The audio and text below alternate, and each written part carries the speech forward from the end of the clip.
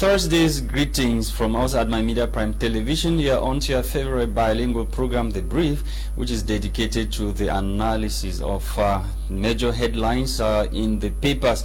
On today's edition of the program, we are focusing all the papers to keen interest in the passing away of the former or the very first former First Lady of Cameroon, Germaine Ahidjo, and equally the death of the Honorable Member of Parliament, who happens to be the very first Vice Speaker of the Lower House of Parliament, Lee Faka, who died in Buea recently. Those were some of the major headlines that the English newspapers took keen interest in this morning. Meanwhile, the French desk equally is here with what the papers are saying in the French language. Bonjour, Audrey. Good morning, Chaque Kingsley. Bonjour à vous, fidèles téléspectateurs. Eh bien, merci une fois de plus de nous rejoindre sur des briefs et plusieurs sujets meublent la presse écrite francophone ce matin et je vous laisse découvrir. Donc on débute avec le journal La Capitale Publique Cameroun Tribune qui parle de recrutement dans les armées et la ruée. D'après le journal, des épreuves difficiles, une formation éprouvante, mais 130 000 jeunes Camerounais se bousculent quand même pour briguer les 12 000 postes ouverts dans différents corps au titre de l'exercice 2021. Les raisons de cette remarquable motivation sont à lire dans les pages 6 et 7 de Cameroun Tribune. Le même journal renseigne que le premier ministre chef du gouvernement, Joseph John Gouté, s'est donc fait vacciner le 21 avril 2021 à Yaoundé et aux côtés de autres ministres. Poursuivons avec le journal bleu de Aman Mana Le Jour qui parle du code électoral. L'opposition se concerte à nouveau, c'est ce que renseigne le journal Le Jour ce matin dans les pages 5. Et on continue avec Mutation qui parle de l'extrême nord, la psychose Déby. D'après le journal, la mort du président tchadien fait craindre une recrudescence des attaques de Boko Haram dans l'extrême nord. L'analyse d'un géostratège, c'est dans les pages 6 et 7 de Mutation. Continuons et terminons avec Défi Actuel qui parle de cette microfinance comme ici, le désarroi des épargnants.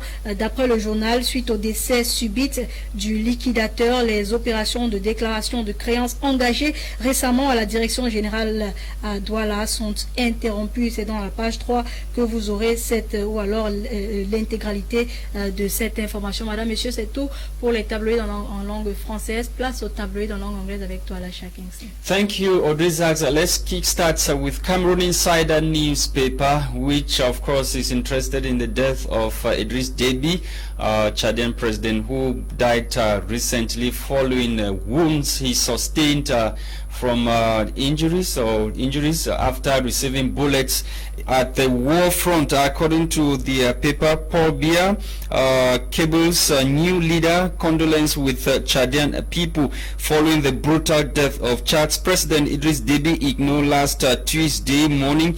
The head of state, President Paul Biya, has written to Lieutenant General Muhammad Idriss Déby, the new man in charge, expressing his condolences and extolling the qualities of the fallen leader. You can get more details in this edition of Cameroon Insider newspaper.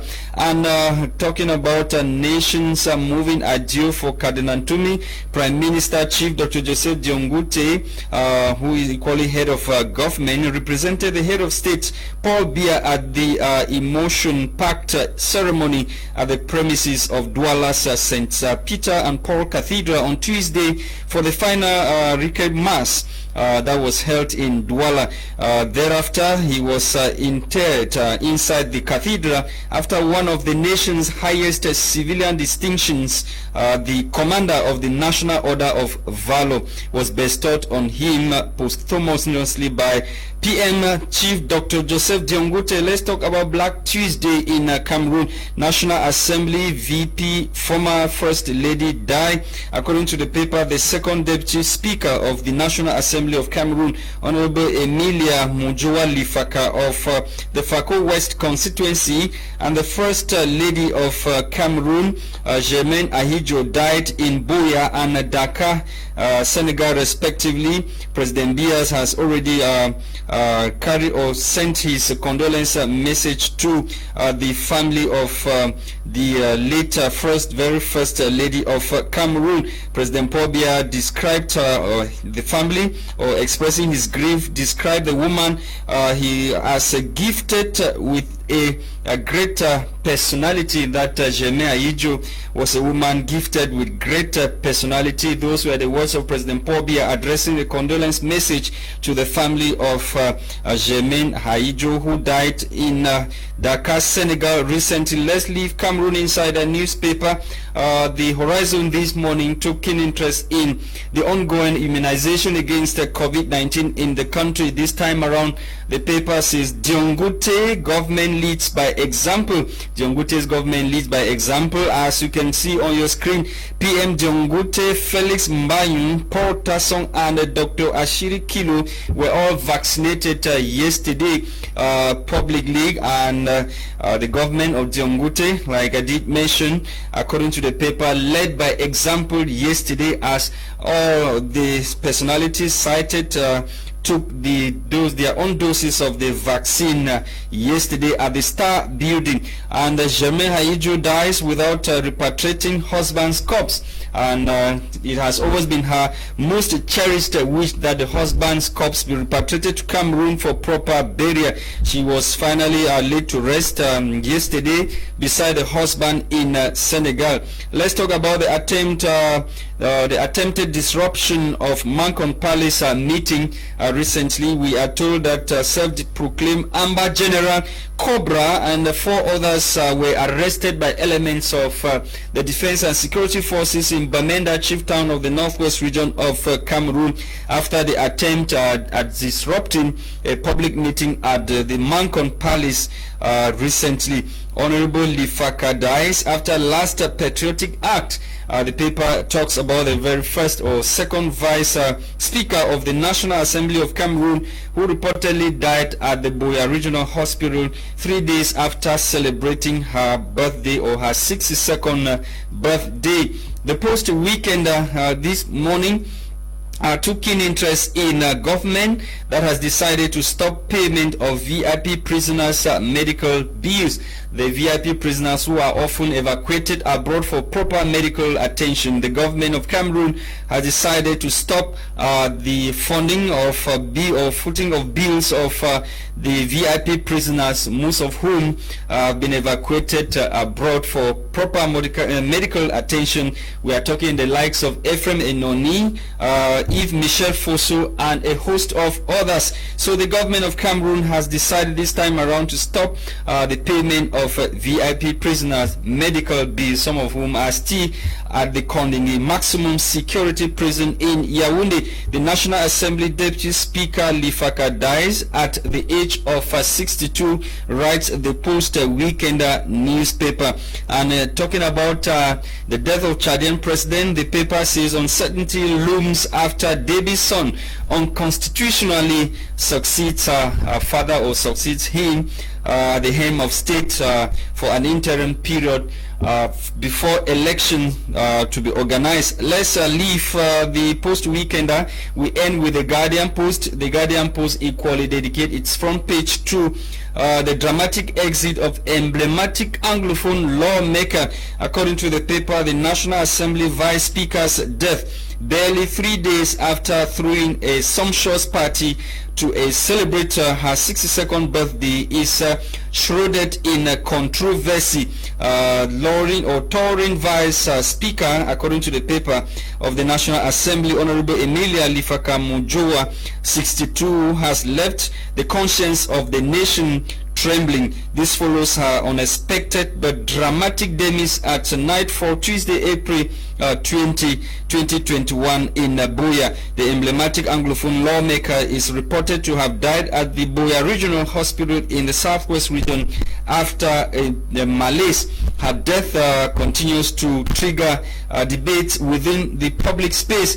Many are those still battling to make meaning out of the circumstances under which Honorable Lifaka died. Her death brings to an end 19 years of intimidating influence in Cameroon's lower house of parliament, the National Assembly. Thank you so much to the viewers for watching. We are back in the studio to continue with the discussion, and this morning we are welcoming, of course, our very strong woman, the Iron Lady, Bomotongina Gladys, who is here with us this morning to analyze. Bonjour Gladys. Bonjour Lasha Kingsley. How are you doing this morning? I'm doing great, we thank God. Okay, let's... que c'est un accueil par particulier que oui, hein, parce que là, c'est vrai qu'on a l'habitude de m'appeler Iron Lady, mais le dire comme ça, on est... It's a credit, of course. Okay, let's kick starts with the death of the very first lady of Cameroon, the first lady of Cameroon, Jemé Haijo, who reportedly died in Dakar, Senegal. She was laid to rest yesterday beside the husband, and her wish has always been that the husband corpse be repatriated to Cameroon for proper burial, but her wish did not finally come through. Malheureusement, Lasha Kingsley, c'est triste de remarquer que le tout premier président du Cameroun et son épouse ont été enterrés hors du Cameroun. C'est une histoire que vraiment le monde entier gardera derrière sa mémoire que, ok, un chef d'État est décédé, et c'est vrai il était en exil, oui, c'est vrai il était en exil, mais c'est quand même un manque à gagner pour les Camerounais, c'est un manque pour la notoriété camerounaise. Quelle image pour notre pays où le tout premier chef d'État et son épouse sont enterrés hors des terres du Cameroun. C'est quand même quelque chose de triste à observer. Mais Gladys, il faut dire que les 38 ans d'exil, c'est quand même parce que justement son mari avait été accusé, n'est-ce pas, d'avoir participé au coup d'État manqué de 1984 contre son Excellence Paul Biya. Mais selon toi, est-ce que c'est une décision comme ça, facile à prendre, de faire revenir l'ex-président du Cameroun? Mais là, on parle du corps. Ce type d'accusation. On parle du corps, on parle de la dépouille. On parle de la dépouille d'un chef d'État, Audrey. On parle de la dépouille d'un chef d'État. Il était en exil, c'est vrai. Il a fait des années en exil, c'est vrai. He decided to rubbish state institution. That's when he lost his respect as a head of state. On ne peut pas dire que un chef d'État a perdu son respect.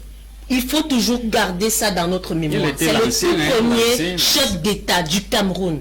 Après les colons, c'est le tout premier chef d'État du Cameroun. Alors, peu importe, tout le monde fait des erreurs. Alors, peu importe son erreur, je pense qu'il a payé de son erreur, peut-être en exil comme il a été, mais je pense que jusqu'ici, au moins, on aurait dû rendre cet honneur-là au tout premier chef d'État du Cameroun. C'est quelque chose qui, pour moi, ça me touche beaucoup. Pourquoi? Parce que c'est pas comment je veux dire, c'est pas observé dans d'autres pays où malgré bien que un président ait fait quoi que ce soit, on le bafoue, on l'oublie de cette manière. Il y a un truc qui étonne un peu beaucoup les Camerounais, c'est le fait que sa fille justement.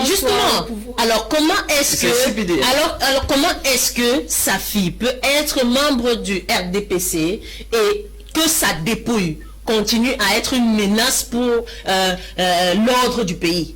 Il y a quiproquo quelque part. Voilà, il y a quiproquo quelque part. On ne peut pas dire que la dépouille de l'ex-président Amadou Ahidjo est une menace pour le gouvernement camerounais en ce moment, alors que sa fille fait partie du gouvernement camerounais. Il y a problème. Il faut qu'on se pose les bonnes questions. Quelle est la véritable raison? Est-ce que la véritable raison... Don't you think President Paul Biya has told the daughter the reasons why he does not want probably to authorize the repatriation of the corpse, and the daughter has come to understand that the reasons are tangible enough for her to continue with her CPDM. On ne refuse pas, chacun est libre de choisir sa direction dans la vie. Atteint à l'âge de maturité, tu es libre de choisir, de faire tes propres choix et tes propres décisions. Mais là, on parle d'un homme d'État. Ça ne concerne pas uniquement sa famille. C'est un président, c'est le premier président du Cameroun. Ça ne concerne pas uniquement la famille de l'ex-président Amadou Ahidjo. Non, je suis désolé, ça concerne tous les Camerounais.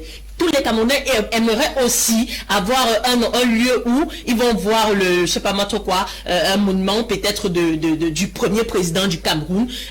Et on parle aujourd'hui de la mort, du décès de son épouse, qui a aussi combattu pour voir ce rêve devenir réalité et qui malheureusement a été aussi enterré sans toutefois, comment je vais dire, réaliser ce rêve. C'est triste l'achat, mais on aimerait vraiment que cela change. Oui. Okay, Gladys, PM Chief Dr. Joseph Diengute, yesterday and some of his close aides, collaborators decided to, shut Cameroonians' mouth, or those who talk a lot, by publicly taking the vaccine against COVID-19. No more discussions again whether the syringe got into the PM's arms or not, or whatever. You watch it. Là, chacun, ici, on n'a pas besoin de parler de fermer la bouche de X ou de Y. Ils sont en train de faire. Non, parce que les Camerounais parlaient déjà pour que nous, il y a des breach of hierarchy. Why is it that the Minister of Public Health taking the vaccine, not the President, not the PM? We want to see the PM take. Là, chacun, c'est même malgré ou bien que ces dirigeants aient pris ces vaccins. Je t'assure qu'il y aura toujours des Camerounais qui vont te dire qu'est-ce qui te prouve que le produit qu'on a utilisé sur eux, c'est le même produit qu'on va utiliser sur eux.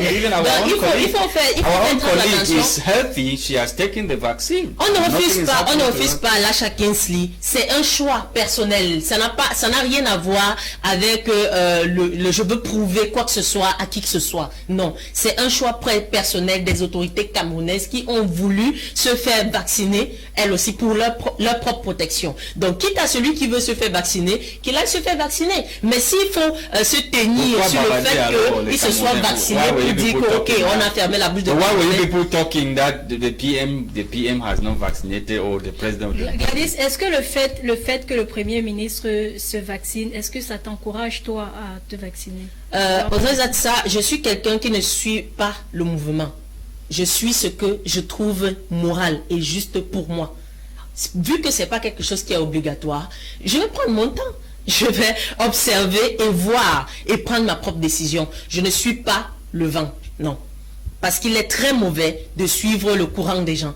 Parce que rien ne... comment je veux dire, il y a beaucoup de personnes qui au jour d'aujourd'hui vont suivre le mouvement, peut-être comme Lacha disait tout à l'heure que ok, ça va encourager certaines personnes, bien ça va fermer la bouche de certaines personnes. The person who has a more authority of probably encouraging, making Cameroonians to have that confidence of vaccinating is the Public Health Minister of Cameroon, who is of course the boss of public health in Cameroon. If he has assured Cameroonians that the vaccine is of good quality, it is secured, if you take it you will not have any side effect, and he has taken it, then who are you, not the medical doctor? Non, Lacha Kinsley, moi je suis une Camerounaise et je n'ai rien à voir avec le choix du ministre ou pas du tout. Non, chacun fait ses choix et prend ses propres décisions et assume.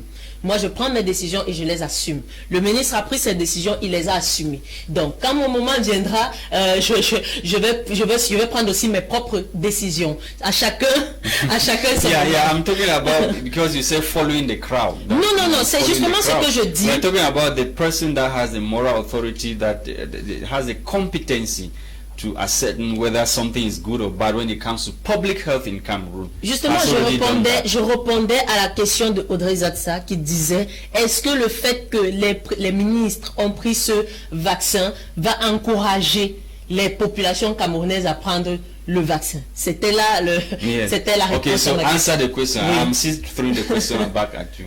Okay. Would it encourage Cameroonians to take the vaccine? Je ne suis pas dans la mémoire des Camerounais. Je peux pas, comment je veux dire, imaginer ce qu'ils vont imaginer, mais je peux quand même imaginer qu'ils peuvent penser que qu'est-ce qui leur prouve que le médicament qui a été utilisé sur les ministres sera le même qui sera utilisé sur eux, parce qu'on en entend parler partout dans les marchés. Quand tu vas parler à quelqu'un, ça c'est le langage du quartier. Oui, c'est le Camerounais. On ne néglige aucun Camerounais. C'est pas parce que ce n'est pas une autorité administrative qu'on ne doit pas respecter son opinion. Non, on parle du Cameroun, on parle du Camerounais X, Y, lambda. Tout Camerounais a le droit à la parole et son opinion compte. À la fin. Dans tous les cas, le vaccin est encouragé. Tu fais ton choix. Moi aussi, je vais faire mon choix. Voilà, tout à fait. Toujours est-il que ce soit toi ou que ce soit moi, Audrey, aucun de nous n'a compris le vaccin jusqu'ici. Let's talk about this shark that was discovered in Limbe. I think two graduates of fishery school in Limbe, they went fishing and discovered a mighty creature at sea. I think the Horizon newspaper did talk. The Guardian Post, thank you, Mr. Producer. The Guardian Post talk about the mighty fish. The population of Limbe celebrates, but we have some information coming in that the two graduates of fishery school in Limbe, they were arrested for illegal fishing. La question qu'il faut se poser, est-ce qu'ils ont planifié d'arrêter ce poisson? Je ne pense pas.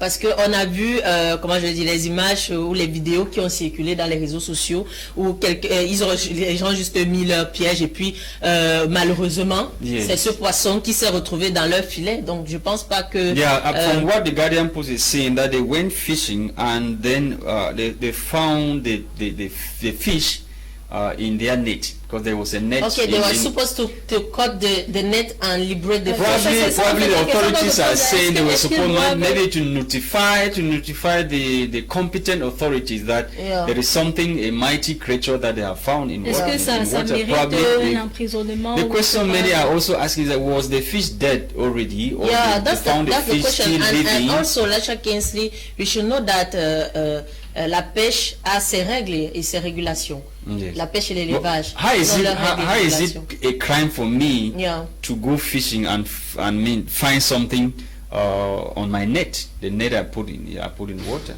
Ok, je pense que là, chacun, si les personnes qui sont dans le métier de la pêche connaissent les règles qui régissent le métier dans lequel ils se trouvent. Donc forcément, ils savent ce qu'il faut faire et ce qu'il ne faut pas faire. Ils savent où aller quand ils arrivent peut-être en face de ce genre d'animaux marins, parce que c'est un grand animal marin. Voilà. It's not good for consumption, eh? Malheureusement, donc c'est... But the population, people were already celebrating that. Oh, mais moi j'ai vu une vidéo où on est en train de couper déjà. I don't think that's it. Ce n'est pas encouragé à... Non mais je te dis que j'ai vu une vidéo où on était déjà en train de couper la nageoire. La nageoire de ce poisson. Certainement que le poisson, ils se sont rendus compte que le poisson était déjà mort avant de le faire sortir de l'eau. Thank you very much, Bomotongina Gladys, for coming this morning. It was a very good edition of the program. Thank you for your analysis this morning. Audrey Zagza. Madame, Messieurs, c'était tout pour débrief. Merci d'avoir été des nôtres. Thank you for watching Televiewers. Tomorrow is another day.